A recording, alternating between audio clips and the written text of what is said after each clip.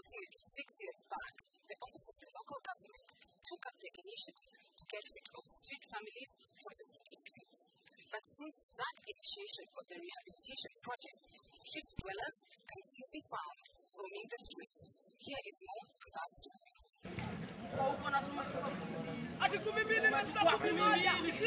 It is not without justification that street families are considered to be a social menace by the general public, begging and sometimes robbing to survive. These social misfits have chosen to reside in the city because of family turmoil. These so-called street dwellers, though ignored, are a conspicuous neighbor. Very little could be done by individuals on the rising number of street dwellers until the government initiated a rehabilitation program. Wamboi was lucky to secure a place in the first phase of the training. Maisha ilikuwa magumu sababu sasa hakuna nyumba, unalala chini farandani. Tena kulikuwa na shida mingi sababu kula ni shida, jamii yenu inawatenga.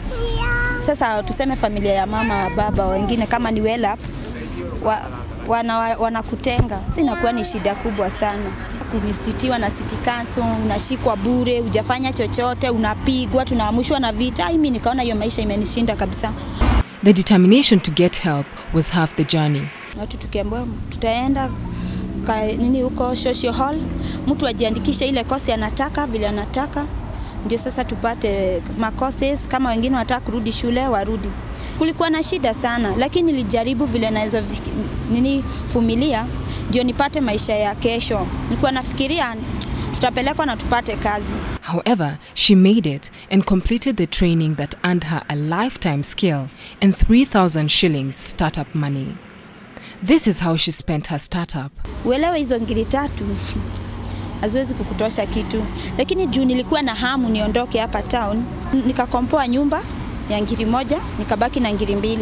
Nikanunua tu sheet moja na blanketi na stove na sufuria.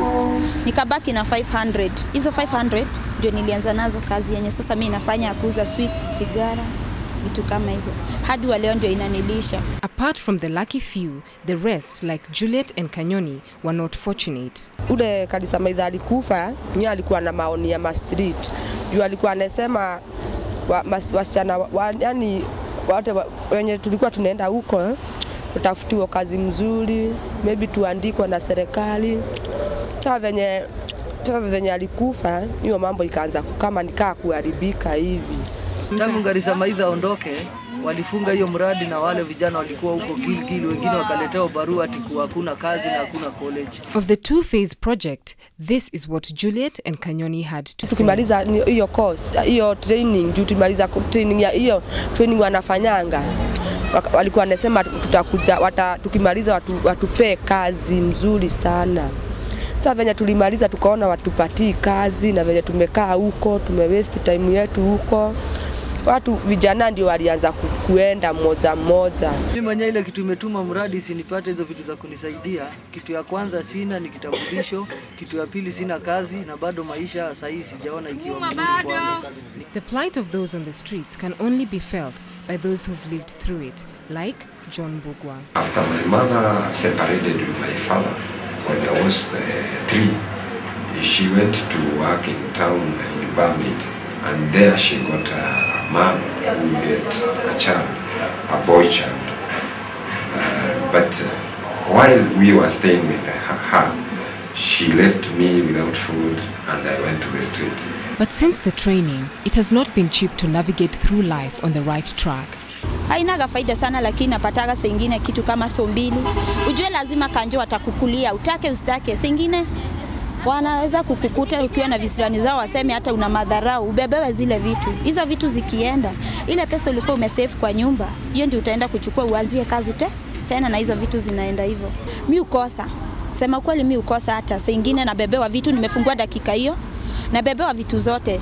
Sina otherwise. Support from the rehabilitation agent and former street dweller John Bugwa, her children, and her commitment to live among the accepted, albeit at the periphery, keep Wamboi on the straight and narrow. Mimi upata shida, lakini siwezi fikiria kurudi mtaani tena. Huko nilipata afadhali nikose na nilale salama na nikae salama. Unajua tu maisha ni unajipanga tu juu hakuna otherwise utalilia nani mwingine. John has since geared his efforts to highlight the plight of street dwellers, identifying the main causes in the growing number. Local government have been coming up with the initiative which does not last. Instead it adds the stigma.